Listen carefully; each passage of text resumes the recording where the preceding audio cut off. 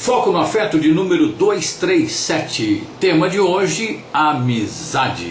Você tem amigos? Você gosta dos seus amigos? Você é amigo? Você já foi traído por um amigo? Já aconteceu de você ser traído por um amigo?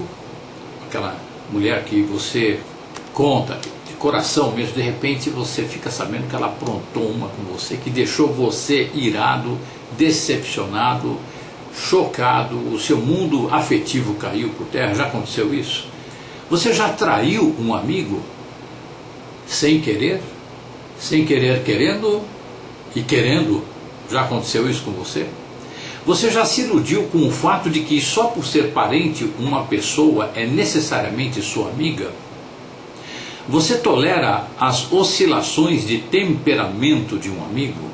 Aquele cara que um dia está de um jeito, outro dia está de outro, gosta de você, é solícito, é generoso, é bacana, mas você tolera as oscilações de humor dessa pessoa, de temperamento? Os seus amigos toleram as oscilações do seu temperamento? Isso acontece com você? Na maioria dos casos, gente, a amizade se tornou hoje em dia um eufemismo apenas para relações só de troca de interesses. Esse é um fato. Hoje em dia, repito, a humanidade ainda em estado de praga biológica no que se refere aos relacionamentos.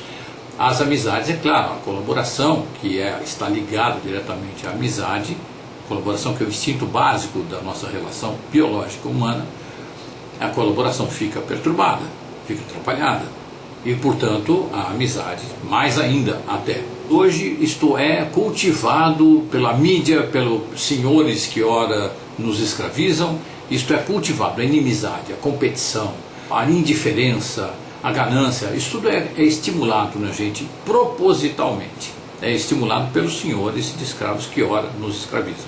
Os senhores donos do mundo, os senhores do dinheiro, que a gente vive falando aqui. Haja vista o documentário Thrive, só para não ter que ficar falando muito sobre isso, o documentário Thrive, ele fala detalhadamente sobre isso, é importante dar uma olhadinha lá. O pessoal que tem como estratégia nos manter em competição, porque assim a gente fica sozinho, ou a gente fica sozinho e mal acompanhado quando está a dois, quando não é amigo, quando não é um amor, abandonado, e a gente começa a querer pegar migalhas de afeto que são oferecidas pela indústria dos alimentos, indústria do entretenimento e outras que tais, né? Então, na maioria dos casos, hoje em dia, a amizade se tornou um eufemismo apenas para relações só de troca de interesses. O afeto está cada vez mais dissociado do conceito de amizade. Amizade, quando a gente fala, a gente pensa em afeto. Na hipótese saudável, a gente pensa em afeto. Um amigo, é uma amiga minha, uma pessoa que eu gosto, uma pessoa por quem eu tenho amor, algum amor. E supostamente esta pessoa também tem amor por mim. Nossa relação é de uma troca de energia e uma troca de atitudes carinhosas, troca de afeto digno. Então a amizade hoje em dia quer dizer algo em torno disso. E aí que eu pergunto, você tem amigos? Você é amigo? Você já foi traído por um amigo? Você se ilude com o fato de que por ser parente uma pessoa é necessariamente sua amiga? Porque a sociedade fala isso. A sociedade em estado de praga biológica, ela fala isso.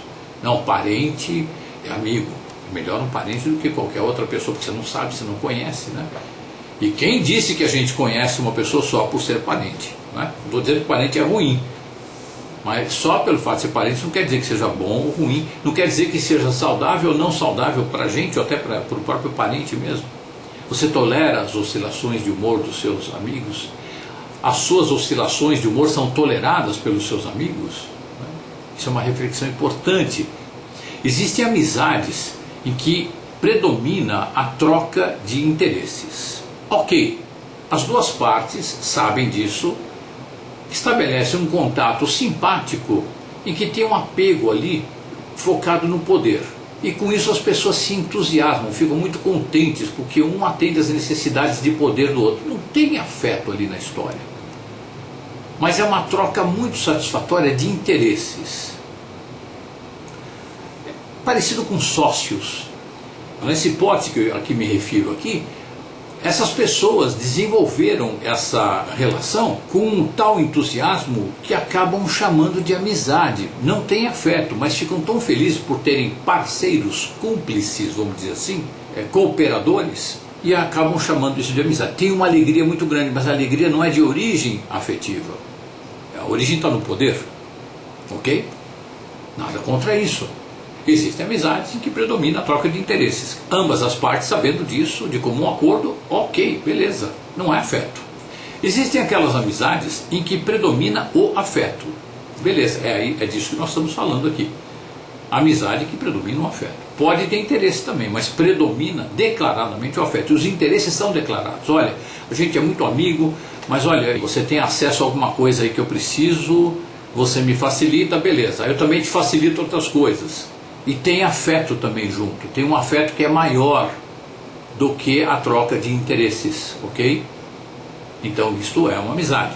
Tem a troca de interesse e é uma amizade. Existe uma relação afetiva ali, ok? Seria interessante que as relações de interesse tivessem a par disso e majoritariamente um componente afetivo grande, porque aí o interesse fica em segundo plano. Aí a gente não vai ficar medindo a interação, o servir e o receber, apenas pelo servir e receber. Vai com amor, ok? Claro que para viver isso precisa ter uma certa sabedoria. É preciso que os dois se conectem pelos pontos em comum para viverem a afinidade que tem entre si. Aí, vivendo a afinidade que tem entre si, mantendo a distância saudável, que é aquela na qual e da qual ambos conseguem mandar amor um para o outro, então não tem forçação de convívio nem de rompimento. Um precisou de alguma coisa, estou afetivamente, afetuosamente, generosa, amorosamente à disposição e vice-versa. Ok, porque passei a ver a alma daquela pessoa, passei a nutrir uma simpatia, a descobrir a afinidade e a partir daí amar, desenvolver, deixar que o amor por aquela pessoa florescesse de um jeito que dá para configurar uma amizade, uma saudável amizade. Pouca gente tem essa sabedoria, mas seria o mais bacana. E nessas relações que eu estou me referindo aqui, aquelas em que predomina o afeto, não tem só afeto, predomina o afeto. Então é legal quando a gente tem a troca de interesses, mas que a gente se ocupe com o humano também, e que ambos façam isso, é claro. Existem ainda aquelas amizades em que o afeto e troca de interesses se equiparam. Então tem uma dinâmica de troca de interesse e tem uma dinâmica de afeto. É o que eu estava dizendo agora há pouco. Eu estava me referindo antes àquelas amizades em que predomina o afeto. Agora nessas que eu estou me referindo agora, predomina tanto o interesse quanto o afeto. Então é uma relação nesse aspecto equilibrada.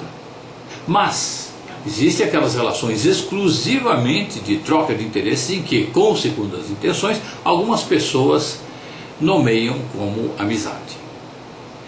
Ainda estou me referindo a um ato feito por ambas as partes. É bom a gente fazer de conta que é amigo. Não tem amizade. Ninguém ali está nutrindo um afeto um pelo outro.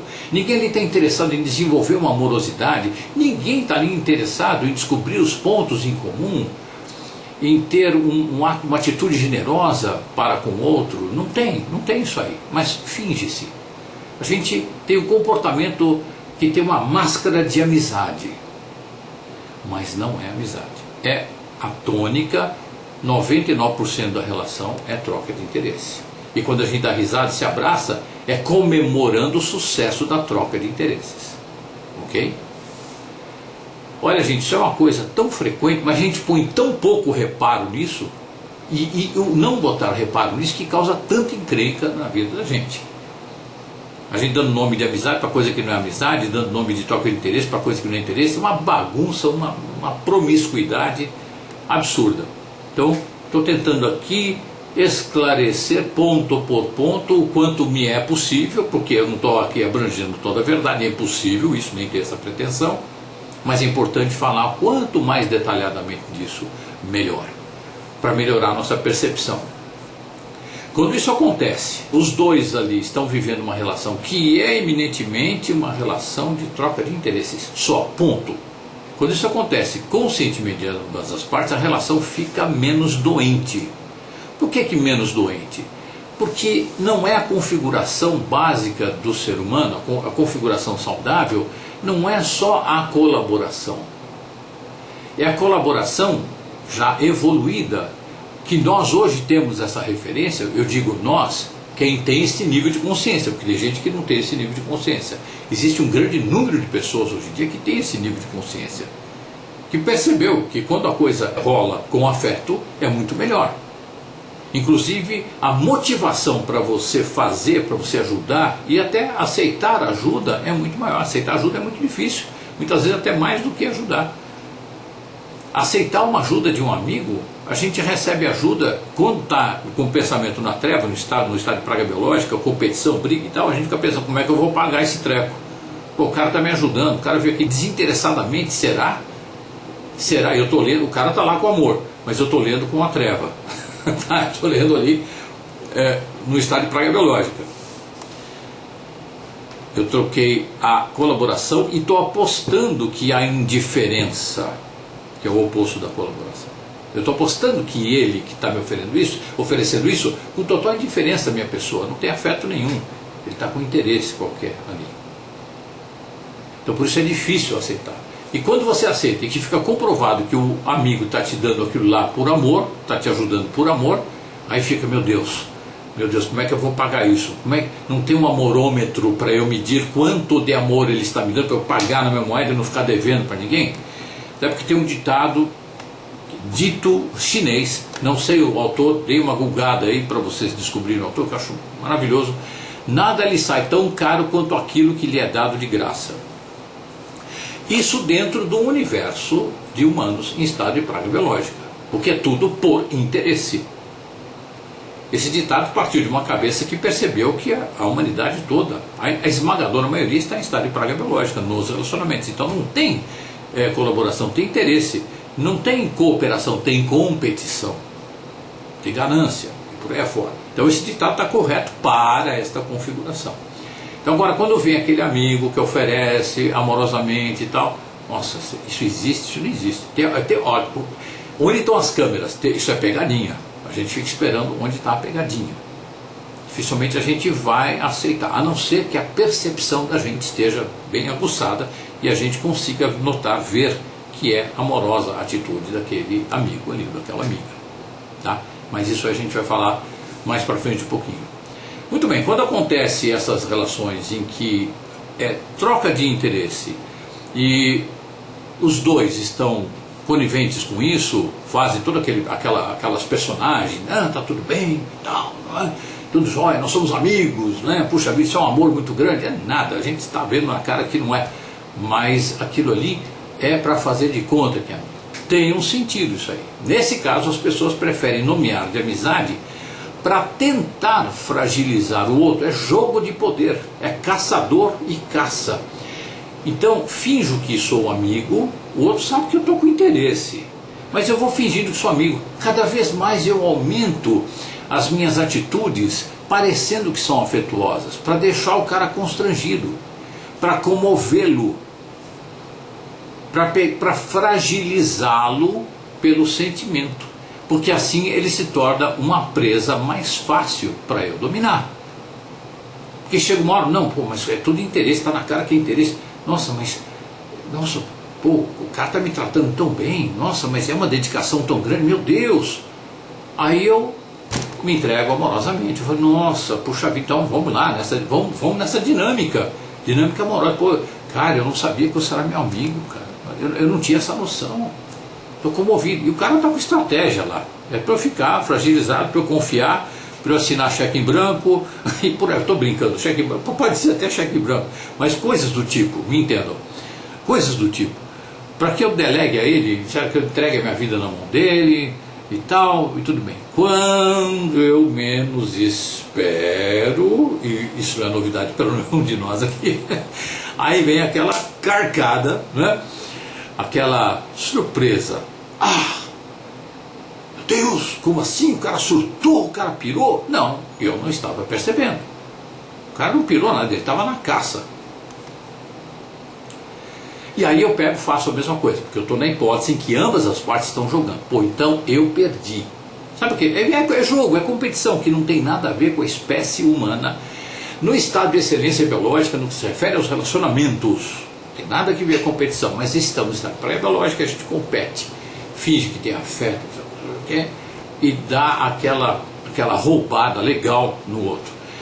Aí poxa, pô, você me roubou. Não, imagina, não te roubei de jeito nenhum. Isso é um investimento que vale muito a pena, você falou tanto e tal, você não confia em mim? Aí apela para o quê? Para o sentimento que ele demonstrou ter. Aí se eu falar, não confio, como você não confia? Eu venho fazendo tanta coisa legal para você o tempo todo. Meu Deus, você está me decepcionando. Tudo jogo. Tudo jogo. É doido, mas é o que a gente vive. Bom, basta ver filmes por aí, tem nos filmes direto. Aliás, os filmes tratam mais disso do que de amor. É proibido botar amor verdadeiro, sincero, legal, leal na maioria dos filmes. A maioria tem que ser mostrando humanos contra humanos, para disseminar, para incentivar, para estimular mais o estado de praga biológica, porque aí a gente fica presa fácil do poder que nos rege nesse momento, não é?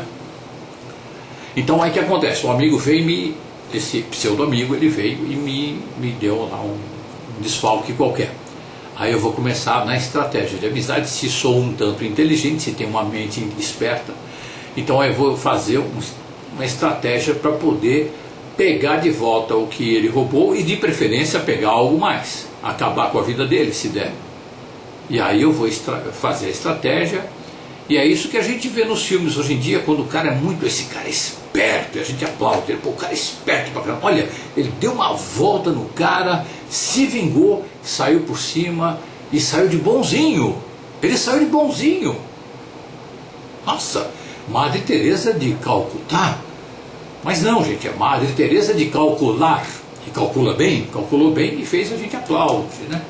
O nosso lado, né, em estado de praga biológica, no que se refere aos relacionamentos, aplaude. Uma tolice, mas a gente faz isso aí. Agora, existem aquelas relações, e aí que entra a questão central do nosso encontro de hoje, amizade. Existem aquelas relações em que apenas uma das partes é amiga de verdade. E a outra é a falsa amiga. É a famosa falciane, ou o falciano, ok? Cujo número do RG é 171.171.171.171. Então uma das partes só está ali com amizade, de verdade, está focada no afeto, no amor. E a outra parte está focada na guerra. Está ali predando, né? Está em atitude predatória. São essas que vitimam mais as pessoas. O exemplo que eu dei antes, gente, era assim: os dois estão armando, são dois guerreiros que sabem que estão guerreando. E uma das armas é a falsidade, é fazer parecer que é amigo. Os dois estão sabendo disso o tempo todo, tá?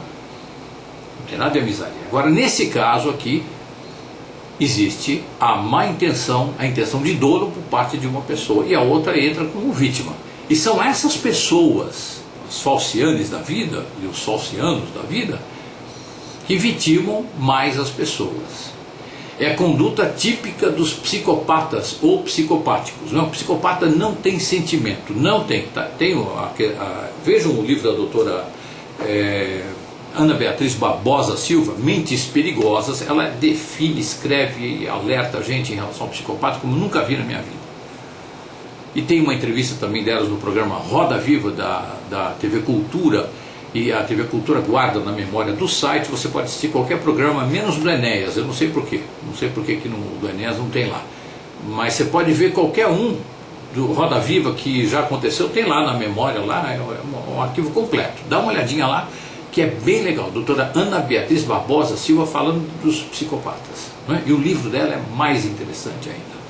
Então, esse tipo de conduta em que esse falso, ele pega uma vítima e aproveita o sentimento da vítima para atingir os propósitos de poder, de prazer dele, são os que mais deixam vítimas, são os que mais vitimam. São pessoas que lesam em maior quantidade, em maior pressão, em maior quantidade de estrago na vida das pessoas, né? De um modo geral. A doutora Ana Beatriz Barbosa Silva fala exatamente isso. Ele se aproveita do sentimento do outro para fragilizá-lo e assim obter poder e prazer.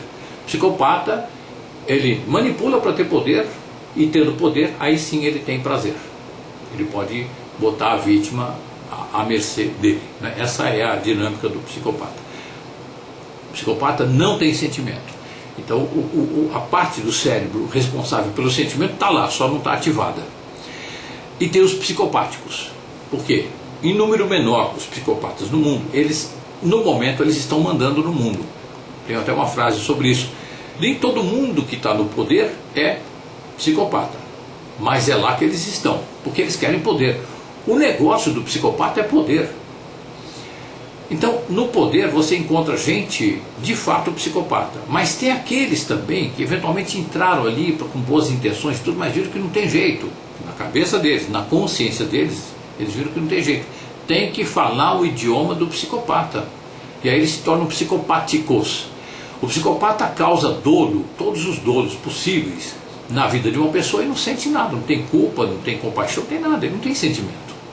Agora o psicopático, este sim tem sentimento, e com o tempo este, por ter sentimento, ele tem culpa, ele tem compaixão, ele entra em crise existencial, só que ele introjeta, isto vira doença. A diferença entre um psicopata e um psicopático, depois de alguns anos de exercício psicopático, vamos dizer assim, a diferença é que o psicopata não adoece, o psicopático adoece sim, esse sim adoece. A crise de consciência acontece. Ele desenvolve doenças, ele desenvolve insuficiências, distúrbios comportamentais, distúrbios na saúde dele, de diversas espécies, vai depender daquele indivíduo ali. Então a diferença é essa. Então você vê um psicopático exercendo a psicopatia, pode estar certo que esse cara ou está ou vai adoecer em algum momento. Se não adoece, é psicopata, ok? Talvez a pior lesão que esses psicopáticos causam nas suas vítimas é o descrédito no amor que elas equivocadamente passam a ter. Gente, aqui está uma coisa que pelo menos para mim ainda, eu não sou um cara iluminado, estou muito longe disso, eu ainda, é difícil, eu digo sempre assim, é importante que a gente, diante de tudo que acontece diante da gente, na nossa vida, o importante é a gente se perguntar onde está a luz atrás disso. E não parar de perguntar até que venha a resposta, porque vem a resposta. Então, nessa questão aqui, eu preciso ficar perguntando muito, porque demora para vir a resposta. A resposta vem, mas demora muito. Isso significa porque o meu ego tem dificuldade ainda de se desprender em relação a essa crise causada pelo psicopata nessas pessoas que são vítimas, né? O meu ego tem uma certa dificuldade ainda de entender a primeira mão. Entende com um tempinho, eu vou perguntando, vou meditando, aí chega uma hora que se faz a consciência. Mas no meu caso, neste momento da minha vida, eu estou desenvolvendo esta consciência. Ela já se faz presente depois que eu exercito, não está assim a mão, tá? Por quê? É extremamente covarde, é muito covarde. O psicopata, ele vai lá, engana, ilude a vítima dele com amor, estraga a vida da pessoa e tudo bem, tchau. Ou fica lá na vida, estragando a vida da pessoa. A gente não tem obrigação de ter nível de consciência, a gente vai desenvolvendo. Então essa pessoa ainda não tem o nível de consciência para perceber que os erros são nossos mestres. Então essa pessoa, vítima do psicopata ou do psicopático, ela, poxa, era amigo, era amiga, ou era parceiro afetivo, era, sei lá, mulher, marido, e aprontou isso nesse nível. A pessoa entra em descrédito na amorosidade. E é um equívoco isso, é claro, porque isso é uma fase do aprendizado da pessoa, e é isso que eu vou falar em seguida aqui, a fase do aprendizado, que a pessoa é arremetida quando acontece isso com ela, porque ela entra no descrédito total. Elas passam a ver o amor como um elemento vulnerabilizante. produtor de fraqueza e passam a negar o amor em si mesmas. Por quê? Para ela ficou claro de uma vez por todas, equivocadamente, que o amor vulnerabiliza. Ela ama, ela se entrega, ela se ferra. Com algumas pessoas acontece isso algumas vezes na vida, isso se repete.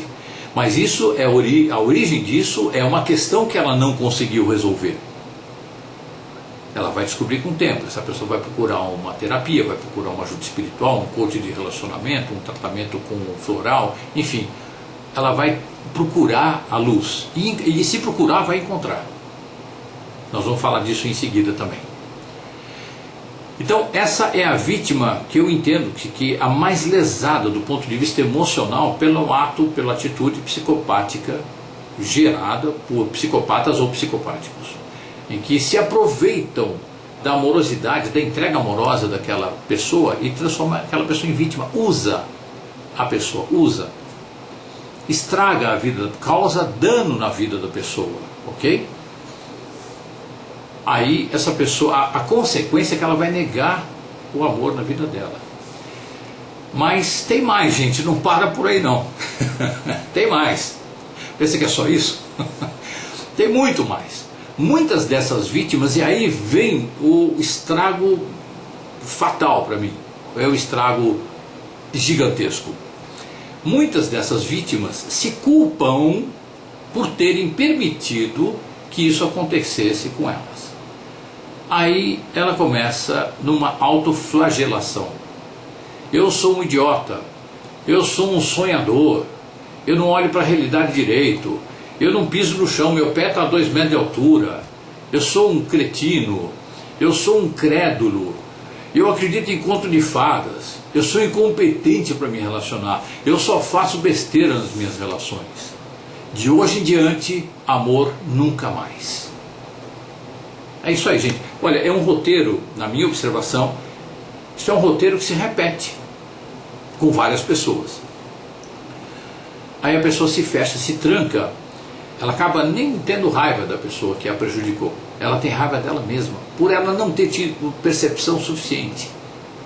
Porque ela acha de alguma forma que, nossa, é tão óbvio, meu Deus, o cara é tão sacana, ou a mulher é tão sacana, a pessoa é tão... Como é que eu não vejo? É que eu devo ser ter algum problema de percepção, minha cognição está comprometida.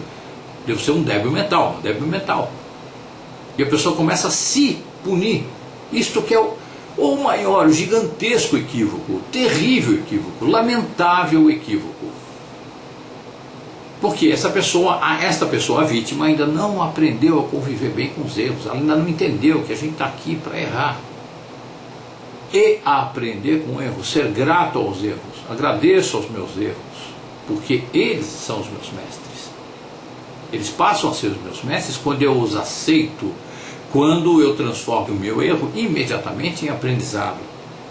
Esqueço os danos que causei a mim e eventualmente a outras pessoas. Posso lamentar por isso. Sei que as pessoas que erram para comigo também estão atendendo a minha necessidade de aprendizado. Que esse, no caso, um psicopata que errou com aquela pessoa, está atendendo a necessidade de aprendizado dela. Mas isso é um upgrade de consciência que ela vai ter, porque se ela não tem, ela vai ver desse jeito que eu estou falando aqui, ela vai ter depois, se meditar bastante. Mas em geral as pessoas não têm esse preparo, não estão informadas disso. É por isso que é muito importante falar disso, gente. É muito importante. A pessoa se culpa, ela fica se culpando. Eu que sou o culpado, eu que estraguei, eu que fiz tudo, eu sou um idiota, um cretino, e por aí afora. De hoje em diante, amor nunca mais. E se nega, e com raiva de si próprio. E a pessoa fica patinando na vida, ela não anda, porque qualquer coisa que eu fizer não vai ser bom. Porque eu não nasci para fazer nada bem feito. Eu não consigo nem ter uma relação amorosa satisfatória. Que dirá fazer um empreendimento na vida, alguma coisa por mim, ou para os meus filhos, ou para os meus amigos, sei lá, para as pessoas que eu amo. A pessoa fecha com a ideia de que ela é incompetente em todos os aspectos. A autoestima dela, gente, se já estava no lixo, está no fundo do esgoto, já está no mais profundo ponto do esgoto emocional. Quando tudo dá certo, quando acha uma orientação legal, aí ela vai descobrir que faltou percepção. Só isso. Aliás, é isso que a gente vem aprender aqui nessa vida. Essa pessoa descobre isso, que, poxa, faltou percepção, só isso, eu só não tive percepção. Aí ela lembra do exemplo do Thomas Edison, que ficou 600 vezes para criar uma lâmpada. A cada experiência era muito dinheiro envolvido, era o nome dele, a reputação dele na comunidade acadêmica, na comunidade dos empresários que custeavam os experimentos 600 vezes. E o assistente dele falou: olha, você está louco, eu estou fora, meu Deus do céu, isso só erra, só dá erro isso aí. Aí o Edison falou assim: não, a gente está 600 vezes mais próximo da lâmpada. Essa é a sugestão que eu faço de como olhar para o erro. O erro é um mestre. A sociedade, em estado de praga biológica, aproveita o erro para competição sanguinolenta. O cara errou, joga no lixo. Nosso país, Brasil, não aceita o segundo lugar numa competição. Não era nem para ter competição na ciência biológica, mas vamos lá, né? Não aceita o segundo lugar numa competição. O segundo lugar é um depois do primeiro. E está na frente de um monte de gente. Porque a autoestima está no lixo. Para lá de no lixo. Então essa pessoa, vítima desse ato psicopático, que passou a desacreditar no amor e teve a sorte de encontrar uma orientação saudável, boa, ela vai ver que faltou percepção, só isso. E que, aliás, é isso que a gente vem aprender aqui nessa vida. Aumentar a percepção. Aí, essa vítima vai ter que passar por um processo de aceitação das próprias limitações. Perceber que qualquer encrenca que a gente vive é aprendizado necessário. Perceber que quem de fato estava desabilitado para o amor foi o psicopata ou psicopático. Com a ajuda da meditação, essa pessoa vai se conhecendo e se amando cada vez mais. E finalmente vai acabar recuperando a amorosidade. Essa frequência da amorosidade que ela recuperou vai mudar o astral, vamos chamar de astral, a frequência cerebral dela. Vai modificar o astral que ela estava lá. Ela estava num astral de competição, de caça, de autodesqualificação. Ela vai sair, a meditação vai tirar ela disso aí. E ela vai entrar no ambiente da sincronicidade amorosa. Por quê? Vou imaginar aqui a nossa energia espiritual com conexão direta com a nossa mente. A nossa energia espiritual está sempre conectada com alguma coisa. Se a gente está com um sentimento ruim, a gente está na sincronicidade das coisas que a gente chama de ruins, destrutivas, doentias. Se a gente começa a predominar na cabeça da gente, começa a predominar os sentimentos saudáveis, nutritivos, aí a gente muda de padrão, a gente entra na sincronicidade da amorosidade. O que significa entrar na sincronicidade da amorosidade? Que todos os trilhões de seres que estão nessa sincronicidade estão vibrando junto com você, e isso potencializa muito a frequência na qual você está vibrando. Isso torna muito mais fácil a manutenção do seu bom astral, vamos dizer assim. Se você entra num sentimento ruim, fica muito mais fácil sair dele. Muito fácil a gente entrar em sentimento ruim estando ainda vivendo numa humanidade ainda em estado de praga biológica no que se refere aos relacionamentos. Porque na inércia a gente vai para o sentimento ruim. É lógico, está todo mundo nessa. Agora fica bem mais fácil quando você está vibrando na frequência da amorosidade. Porque você tem, digamos assim, a cumplicidade amorosa de todos os outros seres que estão vibrando nessa mesma frequência. Não é porque eles vêm ajudar, não é isso. Até pode acontecer isso, mas enfim, não é isso que eu me refiro. É vibração, é frequência. Para quem não entende isso, para quem tem dificuldade de entender isso, veja a energia, por exemplo, de um estádio de futebol, quando o time ali faz gol e todo o estádio está lotado por aquele time que fez o gol. A energia que você sente ali na hora que é o grito de gol, não é uma energia muito limpa, muito... Enfim, mas você sente uma força multiplicada de pessoas juntos. E olha, aquilo lá tem 60 mil pessoas, que é um nada perto do universo. Agora você imagina trilhões, 4 trilhões de pessoas vibrando energia amorosa. Você entra nessa frequência, não dá outra. Se você mantiver, porque o nosso treino aqui é mantermos-nos na energia amorosa, porque deu bobeira, parou um pouquinho, a gente vai para a energia ruim, e vai mesmo. Já começar, porque a vida, de repente você está lá com um sentimento ruim, nem sabe como entrou, está brigando com não sei quem, não sabe como entrou, está mastigando, comendo, você está triturando o seu inimigo, você está matando o seu inimigo. Opa, calma, respira. Vou entrar na energia da amorosidade e me nutrir com o alimento e não me envenenar com os meus sentimentos não saudáveis, né? Emoções não saudáveis. A gente muda de canal. Então por isso tem que ter o trabalho da meditação aqui, para a gente sair desse estado e ficar mais amoroso. Essa pessoa vai aumentar a percepção dela mesma e dos outros também. Ela vai passar a atrair cada vez menos falsos amigos, interesseiros, e os que porventura ela atrair, ela vai perceber com mais facilidade, com facilidade cada vez maior, porque agora ela está na energia da amorosidade. O contraste é muito maior quando aparece alguém na energia da guerra. Você sente alguma coisa esquisita na pessoa, porque você vem vindo na amorosidade. Sentiu alguma coisa esquisita, ou seja, sentiu o cheiro de queimado, você cai fora. Cai fora é não criar um laço próximo com essa pessoa que você sente que está numa energia ruim. Você pode mandar energia boa, aí manter a medida da distância saudável, que é da qual você consegue mandar energia boa para todos os seres, inclusive essas pessoas. É a nossa vocação, na excelência, a nossa vocação é essa, é emitir amor. Essa pessoa vai estar pronta para viver amizades cada vez mais saudáveis e ter dignificada todas as suas relações. Ela vai viver relações dignas. Quero falar um pouquinho sobre relação digna. O ditado que rege conscientemente ou inconscientemente a vida de quem está com autoestima no lixo é mais ou menos o seguinte: é melhor ter amigos e amores que não gostam de mim do que não ter nenhum. Ok? A conta é essa. No estado de praga biológica a gente fala, bom, já que não tem amor disponível, a gente vive de migalha de amor, então é melhor ter amigos e amores que não gostam de mim do que não ter nenhum. Pelo menos eu tenho a ilusão de estar bem amado, que não estou. Quando a pessoa aceita essa configuração relacional, ela está programando a vida para que ela seja assim para sempre. Como sair dessa? Muita gente está nessa.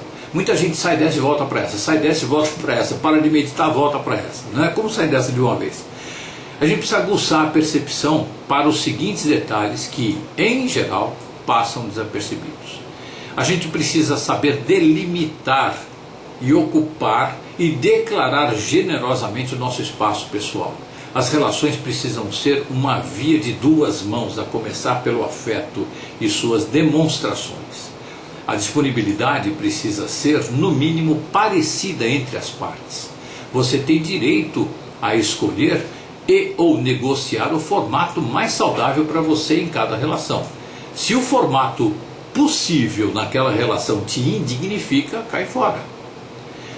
Cai fora significa outra vez, vai para a distância saudável, que é da qual você consegue emitir energia amorosa para aquele ser.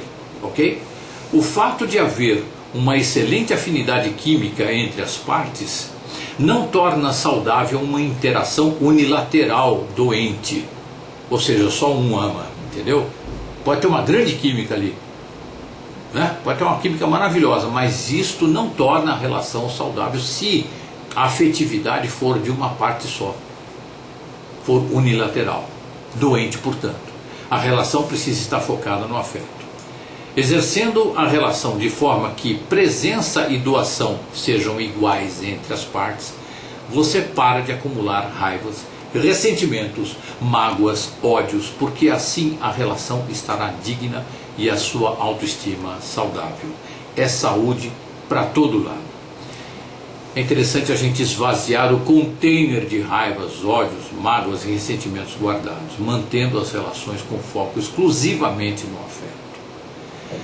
Vou dar um outro exemplo aqui, gente, fazer um comentário também sobre o ato de ouvir. A gente, quando é amigo, quando a gente está vivendo uma amizade, a gente precisa saber e gostar de ouvir. Se a gente gosta da pessoa, lógico que não é toda hora, 24 horas por dia, lá o CVV Boa Noite, e a pessoa fala e fala e fala, esteja você do jeito que estiver. Se você está bem, você ouve com amor. E percebe se o outro te ouve com amor também. Um belo dia todo mundo se cansa, por exemplo, de fazer o que faz, mesmo que faça aquilo que ama. Por um momento todo mundo precisa desabafar sobre os micos, adversidades e situações cansativas por que passa profissionalmente, por exemplo, profissionalmente. Todo mundo tem problemas relacionais, mesmo que só se relacione com quem ama, que é uma raridade. Igualmente, por um momento, todo mundo precisa desabafar sobre os micos, adversidades e situações cansativas por que passa nas relações amorosas. O ouvido amigo ouve amorosamente tudo isso e usa isso a favor de quem fala. Como? Com carinho, acolhimento, atenção e empatia. O ouvido aparentemente, aquele que é só aparentemente amigo, ouve tudo isso e usa isso contra a pessoa que está falando. Como? Com críticas que revelam intolerância, interrompendo o desabafo com frases do tipo: ah, mas isso é assim mesmo. Bom, mas o que você fez para causar isso? Ah, o culpado é você. No fundo, você tem que ver onde você errou. Em seguida, mudando de assunto para não deixar o outro desabafar. Ao invés de ser empático, ele é projetivo, fazendo uma leitura totalmente subjetiva e pessoal da questão do outro. Ou pior ainda, tratando com indiferença a questão do outro. Não raro essas atitudes vêm de pessoas que estão com autoestima no lixo. E são pessoas que dão aquele colinho do tipo cadeira elétrica. Você senta lá e sai vivo com sorte. Quando alguém está desabafando, por mais absurdo que seja o que está falando, precisa ser ouvido com generosidade. É um momento de enfermidade. A pessoa muitas vezes nem está em condições de abordar a questão de forma lúcida, então ela fala coisas meio atrapalhadas e tudo, e também muito menos racional. Mas é aí que está o acolhimento, não é o que ela está falando, você não vai ficar condenando, ah, mas isso não tem lógica. Aquele momento a pessoa não tem lógica. Que lógico que a pessoa está abalada emocionalmente, acolo, ela precisa de afeto, de carinho, acolhimento. Não é?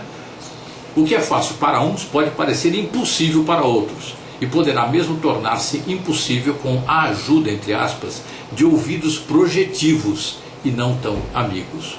Um ouvido acolhedor, amigo e empático pode ajudar a tornar possível uma realização saudável sequer imaginada. Gente, muita atenção para isso aqui. Um ouvido acolhedor, amigo e empático pode ajudar a tornar possível uma realização saudável sequer imaginada. Você dá o ouvido, amigo, e a pessoa vai falando, vai falando. Quando a gente fala, a gente se ouve e tem insights.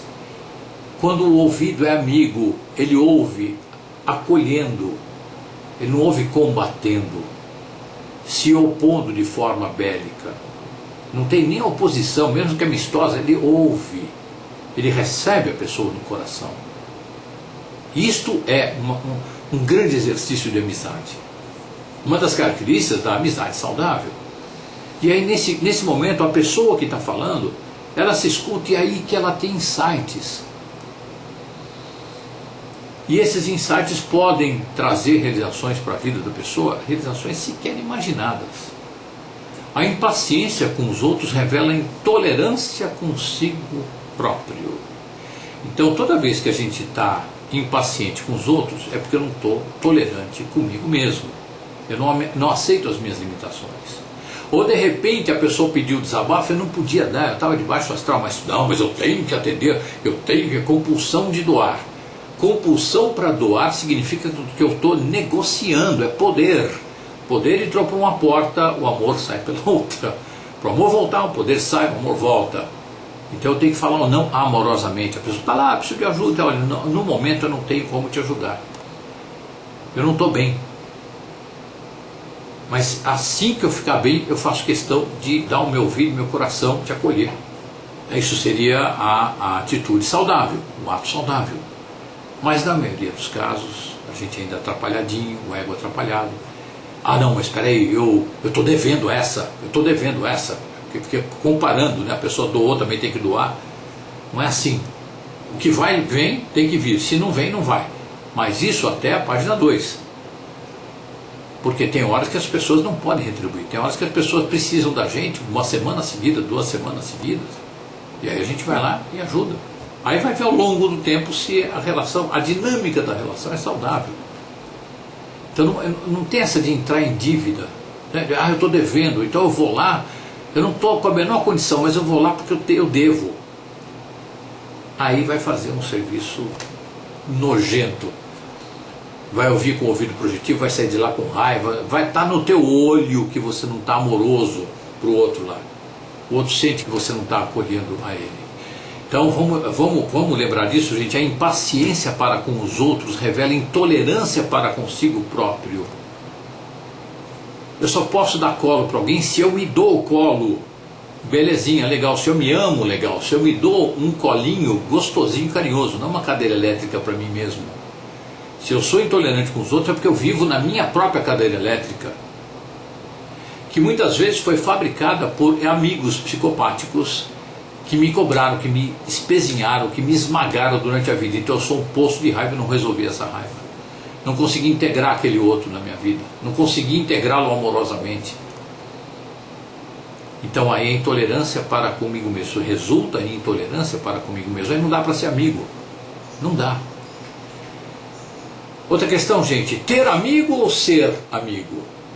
Ser o que você é te realiza ou você só é feliz se mostrar coisas e pessoas que você tem? Se eu me basto sendo o que eu sou, é uma coisa. Agora, se eu preciso ter e mostrar coisas, só sou feliz com isso aí é outra história. Há uma diferença muito grande entre ser amigo e ter amigo. É isso que eu estou querendo distinguir aqui. Se nos tornamos amigos de pessoas porque elas são parecidas com o que gostamos ou gostaríamos de ser, então aí nós somos amigos.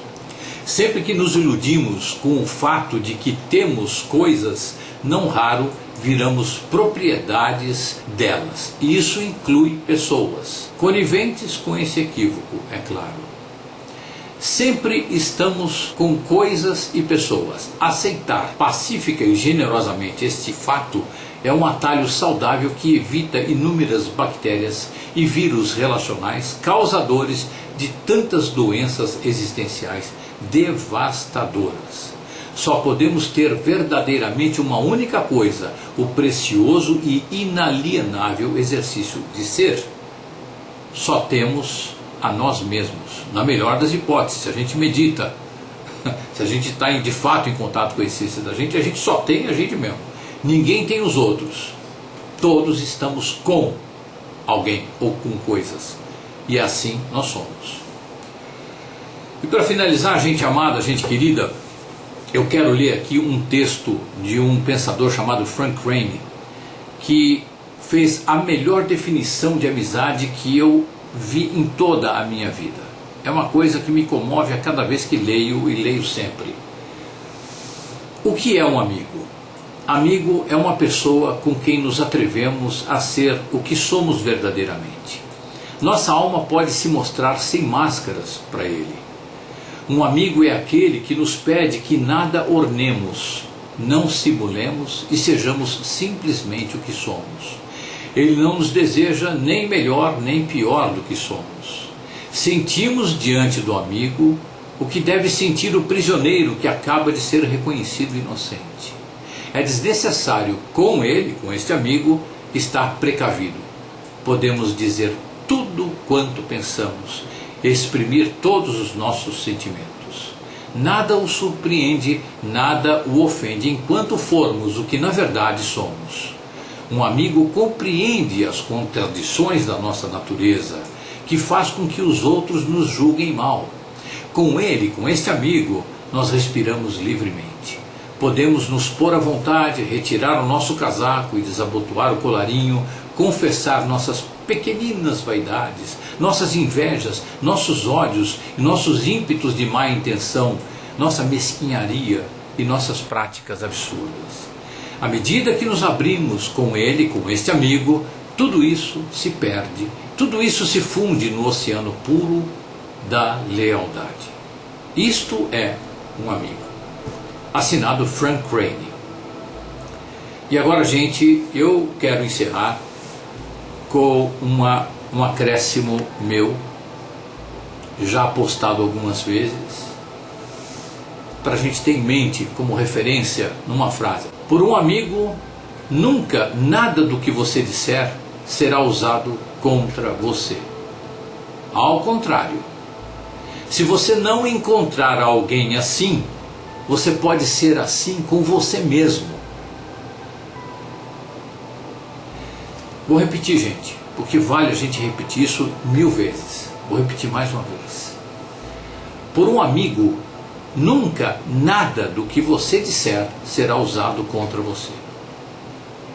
Ao contrário, se você não encontrar alguém assim, você pode, no meu entender, você deve ser assim com você mesmo. As amizades saudáveis começam com a amizade saudável que a gente tem com a gente mesmo. Foco no afeto.